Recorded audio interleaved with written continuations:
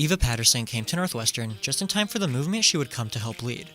In the late 1960s and early 1970s, when Paterson studied at Northwestern, the American public, and college campuses in particular, were growing increasingly critical of the Vietnam War. And when Paterson first arrived on campus, she didn't know that she would go on to participate in and even lead some of the anti-war movement's most memorable moments.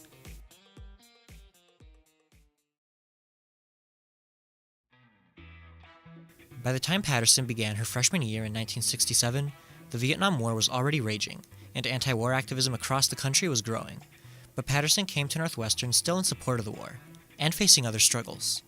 The first day I was at Northwestern, I was in a triplex at Willard Hall. I don't know if Willard still exists, but it was an all-girls dorm.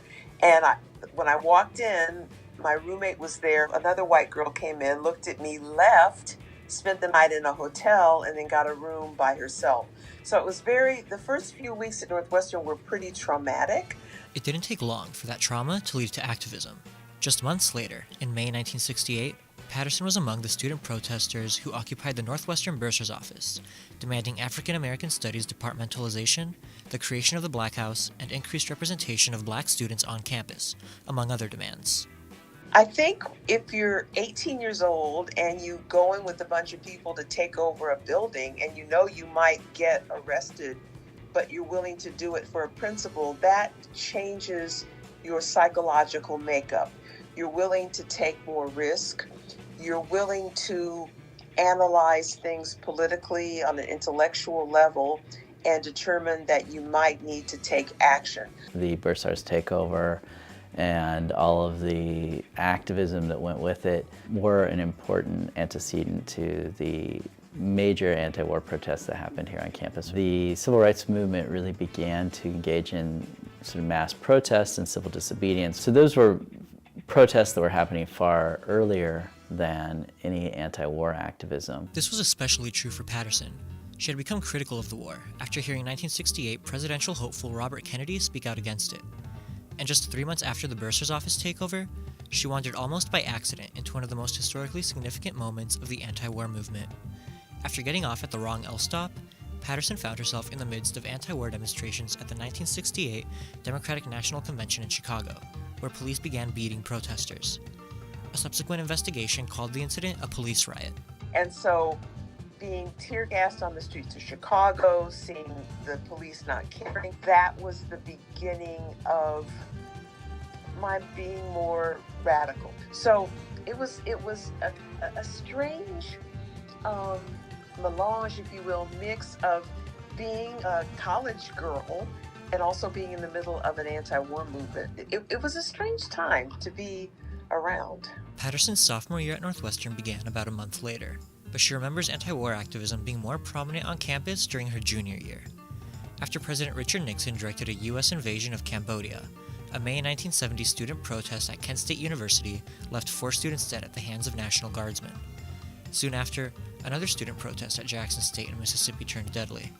By this time, Paterson was student government president at Northwestern, and the students she represented were eager to respond, both to these student deaths and the Cambodian invasion. So the night of May 4th, I believe I flew to Washington, D.C. for a meeting with student leaders and student body presidents. When I came back, there were already students demonstrating on Deering Meadow. And we ultimately had a student strike at Northwestern. We shut the school down for a number of days. We blockaded Sheridan Road. We had daily meetings and rallies on Deering Meadow. People got up and spoke about the war. And what I was able to do on Deering Meadow was to take the energy of the students who wanted to protest the war but didn't want violence. I was able to somehow capture that and feed it back to them. I think a lot of students had the experience during the strike that I had during the Bursar's office, that we stepped out of our normal ways of doing things, shut the school down, and I think that transforms you.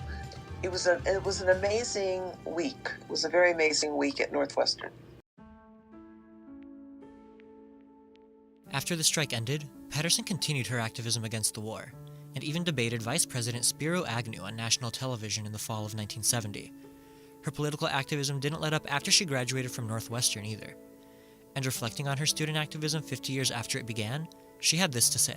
Young men your age went through a draft lottery and a number was picked, and if your number was low, you were going to Vietnam, you might likely not come home. So as bad as and as troublesome as things are now, you're not coming back in body bags. So avail yourself of all the opportunities to expand your mind, to water the seeds of doubt, to see the world in different ways.